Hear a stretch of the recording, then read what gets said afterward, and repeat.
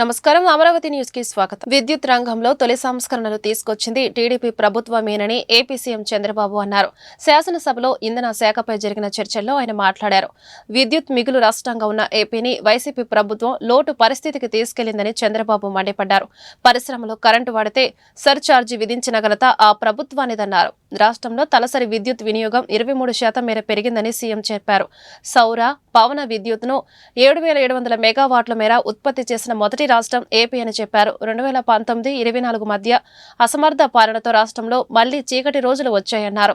ఆలోచన లేకుండా వైసీపీ ప్రభుత్వం పీపీఏలను రద్దు చేసేసిందని, ఆ విషయం అంతర్జాతీయ అంశంగా మారిపోయిందని గుర్తు చేశారు. దావోస్లోనూ దీనిపై చర్చ జరిగిందన్నారు. ఒక వ్యక్తి ఈగో కారణంగా రాష్ట్ర ఖజానా నుంచి 9,000 కోట్లు పీపీఏలకు చెల్లించాల్సి వచ్చిందని ఆవేదన వ్యక్తం చేశారు. సంవత్సరాలు 14-19 కరెంటు ఛార్జీలు పెంచకుండా సమర్థవంతమైన విధానాల ద్వారా ఎవ్వరికి కరెంటు కావాలని ఇబ్బంది లేకుండా కరెంట్ అందించిన ఏకైక ప్రభుత్వం ఈ ప్రభుత్వం. నేను ఒకసారి ఇదే మరి రెన్యూవబుల్ ఎనర్జీ మీటింగ్ పెడితే ఆ రోజు నేను మాట్లాడుతూ పీయూష్ గోయల్ గారు మంత్రి, నేను ఆ రోజు అనౌన్స్ చేశాను, భవిష్యత్తులో ₹1.50 నుంచి ₹2 లోపల సోలార్ ఎనర్జీ వస్తుందని చెప్పి ఆ రోజుట్లోనే అనౌన్స్ చేశాను. ఇప్పుడు ₹2.40 50 వచ్చే పరిస్థితి వస్తా ఉంది.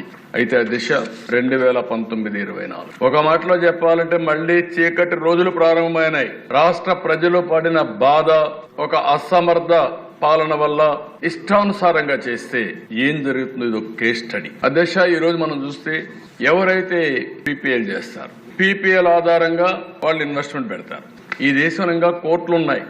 ఏదైనా సరే కాంట్రాక్ట్ చేసుకున్న తర్వాత అది కూడా గవర్నమెంట్ చేసినప్పుడు కంపల్సరీగా దాన్ని ఆనర్ చేసే బాధ్యత ఉంటుంది. లేకపోతే కోర్టుకు పోతే వాళ్ళకు మళ్లీ నష్టపరిహారంతో సహా కట్టించే పరిస్థితి కూడా వస్తుంది. ఏదైతే సోలార్ పవర్ ఉంది వాడలేదు, వాడకుండా ఇష్టానుసారంగా చేసి ఇది ఇంటర్నేషనల్ ఇష్యూ అయితే దావోస్ లో కూడా రేజ్ చేస్తే ఇండియాలో ఇలాంటి ప్రభుత్వాలు ఉన్నాయి, మేము ఇండియాకి ఎందుకు రావాలి, పెట్టుబడులు పెట్టమంటే అప్పుడు చాలా సార్లు స్టేట్మెంట్ కూడా ఇచ్చారు. ఆనాటి ఫైనాన్స్ మినిస్టర్ గాని పవర్ మినిస్టర్ వీళ్ళందరూ మాట్లాడే పరిస్థితికి వచ్చారు. వితండవాదంతో ఎగోయిస్టిక్ గా కావాలని నెపాలేసి అవినీతి ఆరోపణలు చేసి వాడకుండా చేసే దిశ హైకోర్టు ముట్టుకాయలేసి ఒక ఆర్డర్ ఇచ్చారు. ఏదైతే నువ్వు వాడవలసిన కరెంటు నువ్వు తీసుకోవాలి, తీసుకోలేదు, కానీ వాళ్లకు ఏదైతే 2 ఉంటాయి అధ్యక్ష, ఇక్కడ ఒకటి ఆపరేషనల్ కాస్ట్, ఒకటి క్యాపిటల్ కాస్ట్. మీరు వాడలేదు కాబట్టి ఇది ఆపరేషనల్ కాస్ట్ అంటే ఎండతో కరెంట్ వస్తుంది కాబట్టి 9,000 కోట్ల రూపాయలు మీరు పే చేయాలని హైకోర్టు డైరెక్షన్ ఇస్తే మనం వాడుకొని ఉంటే ఆ కరెంటు మీరు గుర్తుపెట్టుకోవాల్సిన దిశ మనకి ఇబ్బంది వచ్చేది కాదు. 9,000 కోట్ల రూపాయలు పే చేశారు. ఊరికే వచ్చే కరెంటు, ఎండతో వచ్చే కరెంటు. ఒక వ్యక్తి ఎగో ప్రాబ్లం కి రాష్ట్రం 9,000 కోట్ల రూపాయలు పే చేసే పరిస్థితి వచ్చిందంటే బాధ అయితే అధ్యక్ష. ఇది పబ్లిక్ పాలసీ, ఇది జవాబుదారీతనం అని అడుగుతున్నా, నేను ఆన్సర్ చేయమంటున్నా. ప్రజలకు అర్థం కావాల్సిన అవసరం ఉంది. ఇదే కాదు అధ్యక్ష, అక్కడితో ఆగల. సమర్థత ఉంటే ఎప్పటికప్పుడు ఫైనలైజ్ చేయాల్సింది. కృష్ణపట్నం ఏపీలోని విశ్వవిద్యాలయాల్లో తప్పు చేయాలంటేనే భయపడేలా రాష్ట్ర ప్రభుత్వం చర్యలు ఉంటాయని మంత్రి నారా లోకేష్ అన్నారు.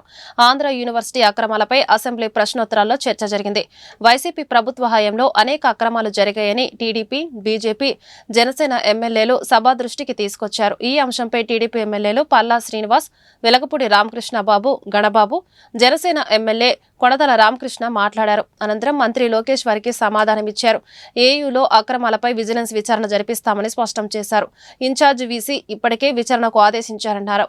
ఆ విచారణ నివేదిక రాగానే కఠిన చర్యలు తీసుకుంటామని మంత్రి తెలిపారు. యూనివర్సిటీ నుంచి అనేక పారిశ్రామికవేత్తలు, రాజకీయ నాయకులు, ప్రజాప్రతినిధులు కూడా వస్తూ జరిగింది అధ్యక్ష. అందుకే గౌరవ ముఖ్యమంత్రి గారు నన్ను విద్యాశాఖ మంత్రిగా అపాయింట్ చేసినప్పుడు అధ్యక్ష చాలా స్పష్టంగా నాకు చెప్పారు, ఒక ప్రభుత్వ విశ్వవిద్యాలయం ఉన్న 5 సంవత్సరాల్లో ప్రపంచంలోనే టాప్ 100 QS ర్యాంక్ లో ఒక్క స్థానంలో ఉండాలి అనే ఆలోచన నాకు ఆదేశాలు జారీ చేస్తాం జరిగింది. ఆయన ఆలోచన అదే అధ్యక్ష. దాంట్లో భాగంగా అధ్యక్ష నేను ఈరోజు గర్వంగా చెప్తున్నా, mathematics professor from IIT Kharagpur Rajasekhar గారిని ఏకంగా మన వైస్ ఛాన్సలర్గా మనం నియమించుకున్నాం అధ్యక్ష. ఎందుకు చేశానంటే సంస్కరణలు తీసుకురావాలి, కరికులంని బలోపేతం చేయాలనే లక్ష్యంతో మనం చేసాం. గౌరవ సభ్యులు చెప్పారు అధ్యక్ష, గతంలో జరిగిన అవకతవకల పైన మా దగ్గర ఉన్న కంప్లైంట్ అధ్యక్ష.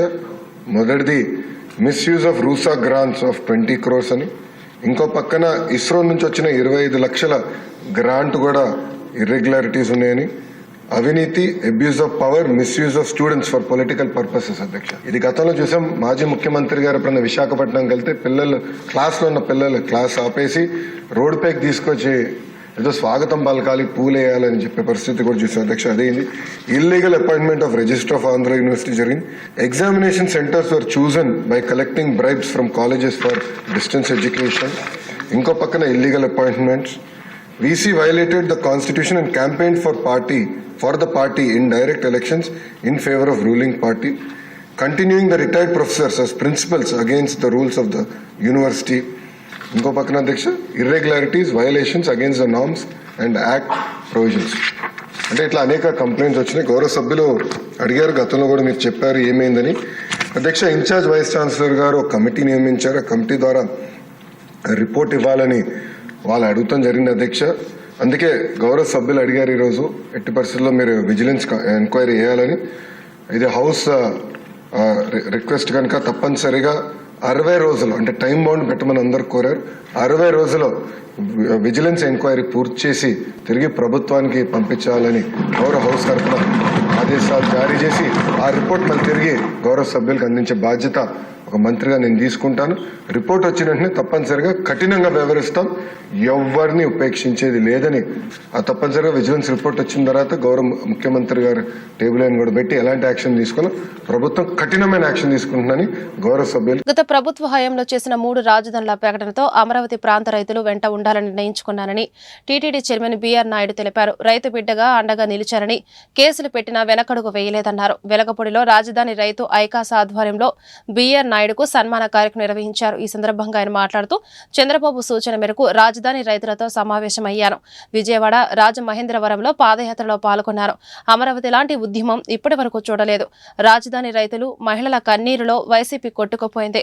ఉద్యమం విజయవంతమైనందుకు శ్రీనివాసుని కళ్యాణం నిర్వహిస్తున్నాం. ఈ నెల 15న జరిగే కళ్యాణంలో రైతులంతా పాల్గొనాలి అని బీఆర్ నాయుడు కోరారు. ఈ కార్యక్రమంలో ఎమ్మెల్యేలు తెనాలి శ్రావణ్ కుమార్, జ్యోతుల నెహ్రూ, ఎంఎస్ రాజు తదితరులు పాల్గొన్నారు. బాలకోట అయితే ఉంది, తర్వాత తిరుపతిరావు ఏంది, శివారెడ్డి ఏమింది, రాయపాటి శైలజ, ఖమ్మంపాటి శిరీష, మీరందరూ పేరు పేరున ఈ ఉద్యమంలో. నేను ఒకరోజు గుంటూరు జిల్లాలో పర్యటనలో ఉంటే నేను, నా మిత్రుడు వంగవీటి రాధా, మీ అందరితో నేను కూడా చేతులు కలిపి నడిచాను.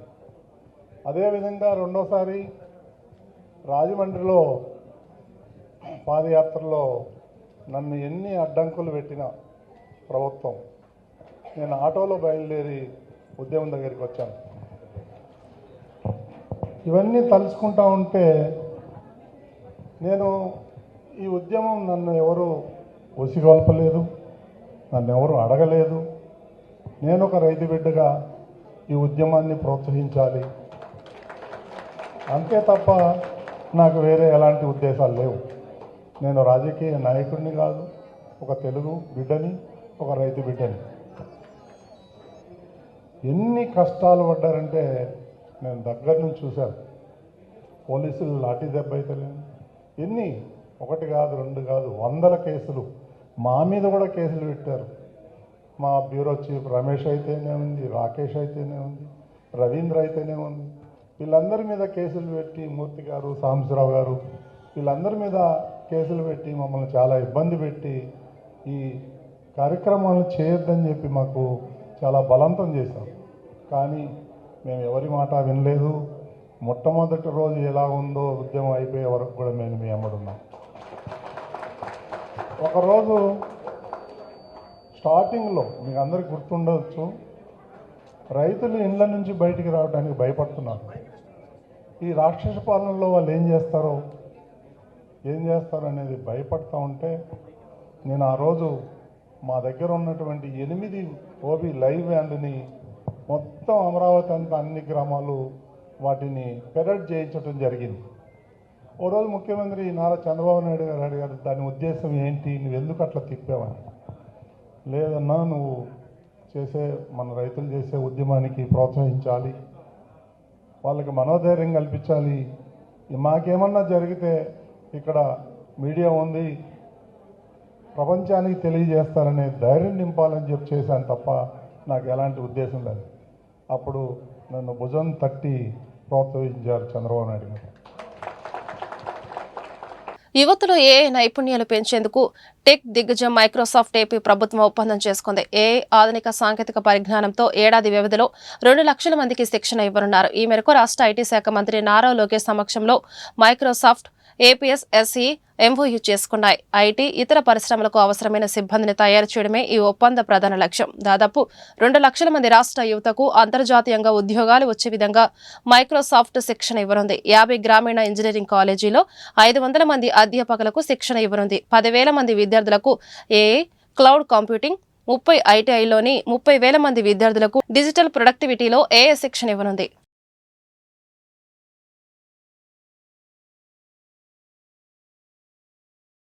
గుంటూరు నగరపాలక సంస్థ పరిధిలో ప్రధాన అంతర్గత రోడ్లకు ప్యాచ్ వర్క్లను శరవేగంగా పూర్తి చేయాలని నగర కమిషనర్ పులి శ్రీనివాసులు ఇంజనీరింగ్ అధికారులను ఆదేశించారు.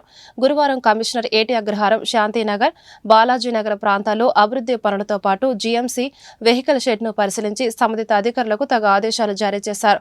ఈ సందర్భంగా కమిషనర్ మాట్లాడుతూ నూతన రోడ్ల ఏర్పాటుకు ముందే డ్రైన్ల నిర్మాణం చేపట్టాలని స్పష్టం చేశారు. ప్యాచ్ వర్క్లను నామమాత్రం కాకుండా నాణ్యతా ప్రమాణాలు పాటిస్తూ చేసేలా ఎమ్యూనిటీ కార్యదర్శులు, ఏఈలు పర్యవేక్షణ చేయాలన్నారు. శివారు ప్రాంతాల్లో డ్రైన్ల ఏర్పాటుపై ఇంజనీరింగ్ అధికారులు, పారిశుద్ధ్య పనులపై ప్రజారోగ్య అధికారులు దృష్టి సారించాలన్నారు. ఏటి అగ్రహారంలో త్రాగునీటి శాంపిల్ తీసి క్లోరిన్ శాతాన్ని తనిఖీ చేశారు. ఈ పర్యటనలో ఈఈ సుందరరామరెడ్డి, డిఈ మధుసూదన్, ఏఈలు, టీపీఎస్లు, శానిటరీ ఇన్స్పెక్టర్లు, సచివాలయ కార్యదర్శులు పాల్గొన్నారు.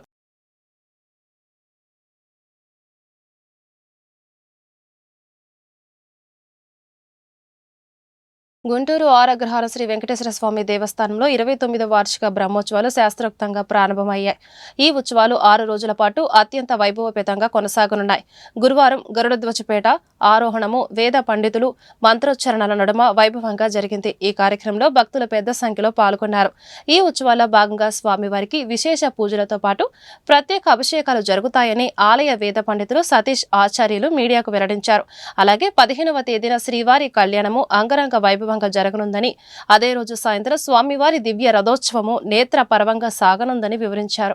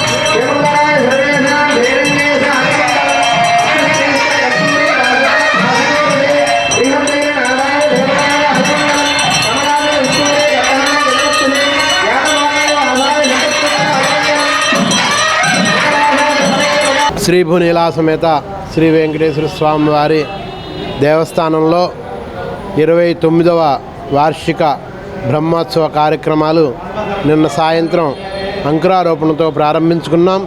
ఈరోజు ఇప్పుడు ఉదయం అంతా కార్యక్రమాలు జరిగినాయి.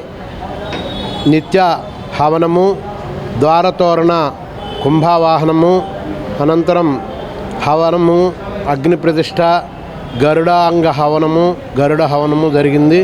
ఇప్పుడు స్వామివారి ధ్వజపటాన్ని ధ్వజారోహణం గరుడ పటాన్ని ఆవిష్కరించబోతూ ఉన్నాం. ఈ సందర్భంగా సంతానము లేని వారికి గరుడ ప్రసాదాన్ని ఇస్తారు. ఆ ప్రసాదాన్ని తీసుకుని సంతానం లేరు వారు సంతానం పొంది స్వామివారి అనుగ్రహాన్ని పొందుతారు. ఇది మనకు తరతరాలుగా వస్తున్నటువంటి ఆచారము. అదేవిధంగా రేపు శనివారము ఉదయం 10 గంటలకు స్వామివారి తిరుకళ్యాణము కళ్యాణ మహోత్సవం జరుగుతుంది. అదే రోజు సాయంత్రం 7 గంటల నుంచి దివ్య రథోత్సవం జరుగుతుంది. భక్తులు ఈ బ్రహ్మోత్సవ కార్యక్రమాల్లో విశేషంగా పాల్గొని స్వామివారి అనుగ్రహాన్ని పొందవలసిందిగా విజ్ఞప్తి చేస్తున్నాం. జై శ్రీమన్నారాయణ. ఒక్క ఛాన్స్ అంటూ జగన్ రాష్ట్రాన్ని దోపిడీ చేశారని కాంగ్రెస్ ప్రొఫెషనల్ వింగ్ రాష్ట్ర అధ్యక్షులు వల్లూరి భార్గవ్ ఆరోపించారు. సూపర్ 6 పథకాల పేరుతో అధికారంలోకి వచ్చిన కూటమి ప్రభుత్వం వాటిని అమలు చేయకుండా పక్కన పెట్టేసిందని మండిపడ్డారు. రాష్ట్రంలో రాజకీయ కక్ష సాధింపులు తప్ప సంక్షేమం ఎక్కడ అమలవుతుందని నిలదీశారు. బీజేపీకి ప్రత్యామ్నాయం కాంగ్రెస్ అని స్పష్టం చేశారు. గురువారం కాంగ్రెస్ పార్టీ గుంటూరు జిల్లా కార్యాలయానికి ప్రొఫెషనల్ వింగ్ రాష్ట్ర అధ్యక్షులు వల్లూరి భార్గవ్ ఇచ్చేశారు. ఈ సందర్భంగా కాంగ్రెస్ పార్టీ నాయకులు ఆయనకు ఘనంగా స్వాగతం పలికి శాల్వాతో సత్కరించారు. ఈ మేరకు ఏర్పాటు చేసిన మీడియా సమావేశంలో భార్గవ్ మాట్లాడుతూ కాంగ్రెస్ పార్టీకి పూర్వ వైభవం తెచ్చేలా ప్రొఫెషనల్ వింగ్ కృషి చేస్తుందన్నారు. సంక్షేమ పథకాల అమలుపై కూటమి ప్రభుత్వం శ్వేతపత్రం విడుదల చేయాలని డిమాండ్ చేశారు. యువత పోరు పేరుతో నిరసన తెలిపే హక్కు వైసీపీకి లేదన్నారు. ఈ సమావేశంలో డీసీసీ అధ్యక్షులు చిలక విజయ్ కుమార్, మాజీ ఎమ్మెల్యే లింగంశెట్టి ఈశ్వరరావు, బిల్లా సునీల్, డాక్టర్ జాన్ బాబు, గడ్డంపాల్, విజయ్ కుమార్ తదితరులు పాల్గొన్నారు. బలపరిచి షర్మిలా గారిని ముఖ్యమంత్రిని చేయాలనేటువంటి ఒక దృఢ సంకల్పంతో ఈ రాష్ట్రంలో ప్రొఫెషనల్ సెల్ యొక్క విధులు విధానాలని అన్ని జిల్లాలకు తిరుగుతూ వారికి సంబంధించినటువంటి పార్టీ వ్యవహారాలని ఎప్పటికప్పుడు జిల్లా కాంగ్రెస్ పార్టీతో అనుసంధానం చేసుకునే క్రమంలో మొట్టమొదటిసారిగా గుంటూరు జిల్లాకు విచ్చేసినటువంటి వల్లూరు భార్గవ్ గారికి గుంటూరు జిల్లా కాంగ్రెస్ పార్టీ నుంచి శుభాకాంక్షలు మరియు స్వాగతం తెలియజేస్తూ వారి శాఖను నిర్విఘ్నంగా కొనసాగించి కాంగ్రెస్ పార్టీ బలపరచడంలో విజయపదంలో ప్రొఫెషనల్ సెల్ యొక్క పూర్తి బాధ్యత నిర్వహించాలని చెప్పని మనస్ఫూర్తిగా కోరుకుంటూ వారి సెల్ను ఉద్దేశించి మాట్లాడవలసిందిగా తెలియజేస్తూ ఉన్నాను. నేను రాష్ట్ర వ్యాప్త పర్యటన భాగంగా గుంటూరు డిస్ట్రిక్ట్ కాంగ్రెస్ కార్యాలయానికి వచ్చి ఇక్కడున్న పెద్దలు అలాగే సోదరులు అందరినీ కలుసుకొని నాకు ఇచ్చిన బాధ్యత all India Congress professionals Congress state చైర్మన్గా నేను ఇప్పుడు తీసుకున్న బాధ్యత భాగంగా నేను ఇక్కడికి వచ్చానండి. ఏఐపిసి ఆబ్జెక్టివ్స్ మెయిన్గా డాక్టర్సు, ఇంజనీర్సు, ప్రొఫెషనల్స్ వారి ఇంట్రెస్ట్ని మనం రిప్రజెంట్ చేస్తూ పీసీసీకి సపోర్ట్గా ఉంటూ పీసీసీ గారు షర్మిలారెడ్డి గారు ఏదైతే నాకు ఇప్పుడు ఇచ్చిన అవకాశం, రాహుల్ గాంధీ గారి టీంలో పనిచేసే అవకాశం ఎలా అయితే సృష్టించారో దానికి నేను న్యాయం చేస్తూ ముందుకెళ్తాం జరుగుతుందండి. పాలసీ మ్యాటర్స్ మీద ఇలా ప్రొఫెషనల్స్ అందరినీ ప్రతి డిస్టిక్లో అపాయింట్ చేసుకొని వారి దగ్గర నుంచి డిస్టిక్లో ఉన్న విధి విధానాలు ఆధారాలు బేస్ చేసుకొని మరి మార్పులు ఏమైనా చేయాల్సి వస్తే కనుక పాలసీ మ్యాటర్ల మీద పీసీసీకి అలాగే డీసీసీ విజయ్ అన్న గారికి అవైలబుల్గా ఉంటూ వారికి ముందుకెళ్ళటానికి మేము తోడ్పడతామండి. నెక్స్ట్ వచ్చేసరికి మెయిన్గా మేనిఫెస్టోలు పాలసీల్లోకి ఉపయోగపడే డేటాని మేము అనలైజ్ చేసి అది ఎవరికి వారికి చేర్చడం జరుగుతుంది. నెక్స్ట్ ఇప్పుడు వచ్చేసరికి కరెంట్ ఇష్యూస్ అండి. బేసిక్గా ఇప్పుడు ముందు పాత వైఎస్ఆర్సీపీ పార్టీకి ప్రజలు ఎలాంటి ఒక ఛాన్స్ ఇచ్చారో అందరూ చూశారు. వారు దాన్ని ఎలాగా ఫెయిల్ చేసుకున్నారో అందరూ చూశారు. ఇవాళ అలాంటి దానికి మించిన మెజారిటీ ఇవాళ కూటమి ప్రభుత్వానికి ఇవ్వటం జరిగింది. ఇప్పుడు జరుగుతున్న విధి విధానాలు చూస్తుంటే సూపర్ 6 ఏమీ ఇంకా ఇంప్లిమెంట్ అవ్వలేదు. దానికి పోగా ఇప్పుడు వీళ్ళు ప్రాంతాలకి ప్రయోజనాలని వదిలేసి పంతాలకి పోతూ వారు వీరు వారిని ఊరిని జైల్లో వేసుకొని కాలవ్యాపనం చేయకుండా తక్షణం కూటమి ప్రభుత్వంలో భాగస్వామిగా ఉన్న బీజేపీని చంద్రబాబు గారు అలర్ట్గా ఎట్టి పరిస్థితుల్లో రాష్ట్రానికి రావాల్సిన ప్రయోజనాల మీద దృష్టి పెట్టాలని కోరుకుంటూ దానికి సమగ్ర కావాల్సిన డేటాని కూడా మేము అందజేయటం జరుగుతుంది. బీజేపీ మీరు చూస్తే కనుక మన దేశంలో ఇప్పుడు బీజేపీకి ఓన్లీ ప్రత్యామ్నాయం కాంగ్రెస్ని అంతం వైసీపీకి అనుకూలంగా ఉన్న నాయకుల్ని కార్యకర్తలను కూటమి ప్రభుత్వం వేధిస్తుందని గుంటూరు జిల్లా వైసీపీ అధ్యక్షులు అంబటి రాంబాబు ఆరోపించారు. అనారోగ్య సమస్యలతో బాధపడుతున్న పోసాని కృష్ణమురళిపై వరుసగా కేసులు పెట్టి వేధిస్తున్నారని ధ్వజమెత్తారు. డైవర్షన్ రాజకీయాల్లో భాగంగా తప్పుడు కేసులు పెడుతున్నారని మండిపడ్డారు. గుంటూరు జిల్లా జైల్లో ఉన్న పోసాని కృష్ణమురళితో గురువారం అంబటి రాంబాబు ములాఖాత్ అయ్యారు. అనంతరం ఆయన మీడియాతో మాట్లాడుతూ నారా లోకేష్ డైరెక్షన్ లోనే రాజకీయ వేధింపుల పర్వం జరుగుతోందని ఆరోపించారు. న్యాయస్థానాల్లో ఈ అక్రమ కేసులు నిలబడవని చెప్పారు. కొన్ని కేసుల్లో బెయిల్ తీసుకోవడం జరిగింది. కొన్ని కేసుల్లో నోటీస్ ఇచ్చి సరిపెట్టుకోవాల్సిందిగా కోర్టు వారు ఆదేశించడం జరిగింది. కానీ సడన్గా రాత్రి ఒక కేసు తీసుకొచ్చి సిఐడి వారు పీటీ వారెంట్ వేసి తీసుకొచ్చి ఇక్కడ గుంటూరు కోర్టులో హాజరుపరిస్తే దాని మీద సుదీర్ఘమైన వాదన జరిగిన తర్వాత రాత్రి 12 గంటలకు కోర్టు వారు ఒక ఉత్తర్వులు జారీ చేశారు. అంటే ఈ కేసులో ఖచ్చితంగా రాత్రి పోటీ చేసిన కేసులో ట్రిబుల్ 1 మళ్ళీ యాడ్ చేశారు. ట్రిబుల్ 1 అనేది వర్తించదని అనేక సందర్భాల్లో హైకోర్టు చెప్పినప్పటికీ కూడా మళ్ళీ ట్రిబుల్ 1 దీనిలో యాడ్ చేయడం జరిగింది. దాన్ని కోర్టు వారికి మా న్యాయవాదులు సుదీర్ఘంగా ఆర్గ్యుమెంట్ చేసిన తర్వాత ట్రిబుల్ 1 తొలగించి రిమాండ్ ఇచ్చారు. ఇవాళ మళ్ళీ బెయిల్ పిటిషన్ వేసి బెయిల్ కోసం ప్రయత్నం చేసుకుంటున్నాం. బహుశా వేర్ ఆల్ ఎక్స్పెక్టింగ్ రేపు ఎల్లుండిలో బెయిల్ వస్తుంది. మళ్ళా ఇంకో కేసు ఎక్కడో బాపట్లలో ఉందని మళ్ళీ బాపట్లలో పీటీ వారెంట్ వేసేటటువంటి పరిస్థితి వేశారని వేస్తున్నారని తెలుసు. నిజంగా ట్రిబుల్ 1 అంటే ఆర్గనైజ్డ్ క్రైమ్ అని అర్థం. అంత ఆర్గనైజ్ చేసుకుని క్రైమ్ చేశారు. ఇది తేలిక బెయిల్ ఇవ్వడానికి వీలు లేదు అని దాని అర్థం. నిజానికి పోసాని కృష్ణమురళి గారు కానీ YSR Congress party social media కానీ ఎక్కడ ఆర్గనైజ్డ్గా క్రైమ్ సందర్భాలు లేకపోయినా ఆ సెక్షన్ వేస్తే బెయిల్ రాదని ట్రిబుల్ 1 సెక్షన్ వేస్తూ వచ్చారు. అసలు ఆర్గనైజ్డ్గా చేస్తుంది ఎవరంటే ఆంధ్ర పోలీసు వాళ్ళు. అంత ఆర్గనైజ్డ్. ఏం ఆర్గనైజ్డ్ అంటే ఈ కేసులో బెయిల్ వస్తే ఆ కేసులో పీటీ వారెంట్, ఆ కేసులో మళ్ళీ బెయిల్ వస్తే ఇంకొక కేసులో మళ్ళీ పీటీ వారెంట్.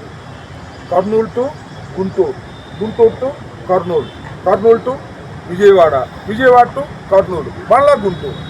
ఈ విధంగా 67 సంవత్సరాల వయసు కలిగినటువంటి పోసాని కృష్ణమురళి గారిని అక్కడికి తిప్పి వేధించాలి అనేటువంటి కార్యక్రమాన్ని ఇవాళ పని కట్టుకొని లోకేష్ గారి నాయకత్వంలో ఇదంతా జరుగుతున్నది అనేది మీ ద్వారా రాష్ట్ర ప్రజానీకానికి చెప్పదలుచుకున్నాం.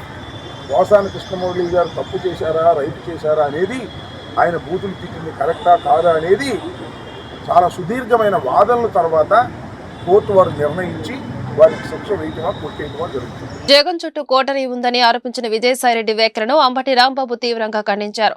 ఆయన పార్టీలో ఉన్నంత కాలం జగన్ కు సలహాలు ఇచ్చారని గుర్తు చేశారు. అసలు ఆయనే ఒక పెద్ద కోటరీ అని ఆరోపించారు. గుంటూరులో అంబటి రాంబాబు మీడియాతో మాట్లాడుతూ ఇతర పార్టీలకు లబ్ధి చేకూరేలా విజయసాయిరెడ్డి వ్యాఖ్యలు ఉన్నాయన్నారు. వాటిని పట్టించుకోవాల్సిన అవసరం లేదన్నారు. విజయసాయిరెడ్డి పార్టీ నుంచి వెళ్లిపోవడంతో ఇక కోటరీ ఉండదని చమత్కరించారు. పార్టీని వదిలిపెట్టి పోయినోడు చేసే పని ఏంటి? బురద చల్లడం. ఆయనకు అదేం పెద్ద అతీతం కాదు. ఆయనైనా సరే ఆయన పార్టీ నుంచి వెళ్ళిపోయాడు కాబట్టి ఈ పార్టీ మీద బురద చల్లే కార్యక్రమాలు చేస్తున్నాడు. అది ఆయనకు మంచిది కాదని కూడా ఈ సందర్భంగా మనవి చేస్తున్నాం. విజయసాయిరెడ్డి గారు వైఎస్ఆర్ కాంగ్రెస్ పార్టీలో ఒక నాయకుడిగా ఎదిగాడు. నాకు తెలుసు వైఎస్ఆర్ కాంగ్రెస్ పార్టీ ఆవిర్భావం కాకముందు ఆయన ఒక చార్టెడ్ అకౌంటెంట్.